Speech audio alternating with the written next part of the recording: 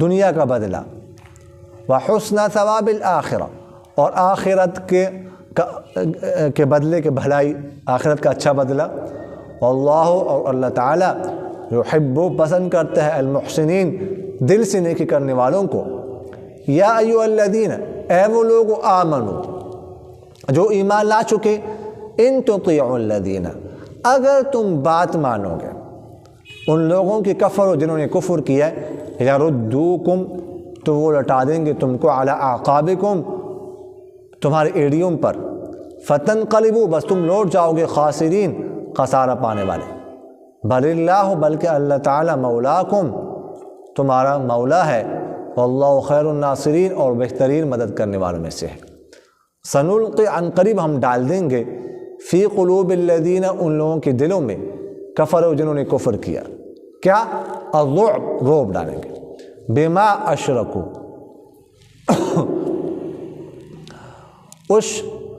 اس شرک کی وجہ سے جو انہوں نے شریک ٹھہرایا باللہ اللہ کے ساتھ، ما ایسی چیزوں کو لم ينزل بھی کہ نہیں اتاری جن کے بارے میں اللہ تعالیٰ نے سلطان کوئی دلیل، ومأواہم النار اور ٹھکانہ ان کا آگ ہے، وبئس اور برا ہے مثوى الظالمین ظلم کرنے والوں کا ٹھکانہ، ولقد اور تحقیق صدقکم اللہ اللہ تعالیٰ نے تمہیں سچ کر دکھایا، وعدہ اپنا وعدہ، اذ جب تحسونہم تم ان کو قتل کر رہے تھے، بإذنہ اللہ کے حکم سے، حتی یہاں تک اذا جب تم لوگوں نے بزدلی کا مظاہرہ کیا، وتنازعتم اور جھگڑا کیا اختلاف کیا، فی الامر معاملے میں، وعصیتم اور نافرمانی کی، من بعد اس کے بعد،